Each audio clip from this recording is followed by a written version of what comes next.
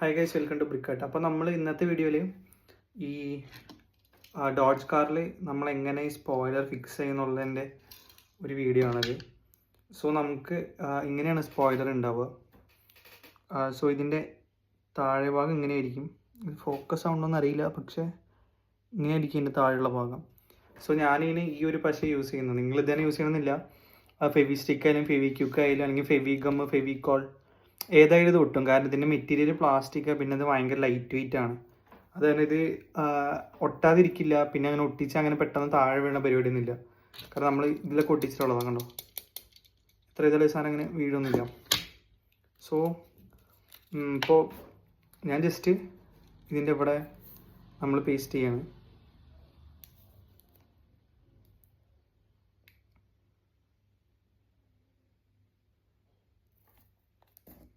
So just ഇത്രയും പശ വെച്ചിട്ട് ഈ പുറകിൽ ജസ്റ്റ് വെച്ച് കൊടുത്താൽ മതി.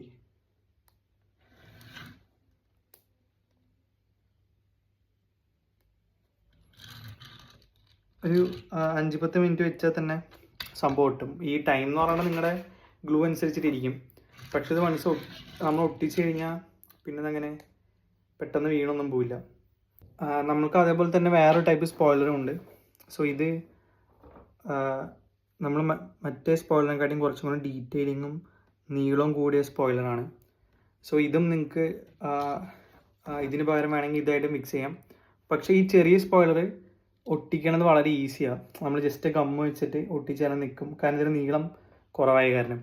പക്ഷേ നീളം കൂടിയതിന് നിങ്ങൾ കുറച്ചും കൂടി നേരം ഇത് പിടിച്ച് നിൽക്കണം. കാരണം ഇത് അതിൽ സ്റ്റിക്കാവണ വരെ നിങ്ങളിത് പിടിച്ച് കൊടുക്കണം. ഫെവി ഗമ്മ് പോലെയാണെങ്കിൽ, ഫെവി സ്റ്റിക്കും അല്ലെങ്കിൽ സൂപ്പർ ഗ്ലൂ ഒക്കെ ആണെങ്കിൽ നിങ്ങൾ ജസ്റ്റ് ഒരു 2 seconds to 5 seconds വെച്ചാൽ തന്നെ സംഭവം സെറ്റാവും. സോ ഇത്രേ ഉള്ളൂ, നമ്മൾ സ്പോയിലർ ഒട്ടിക്കണത് ഇത്രേ ഉള്ളൂ. So thanks for watching.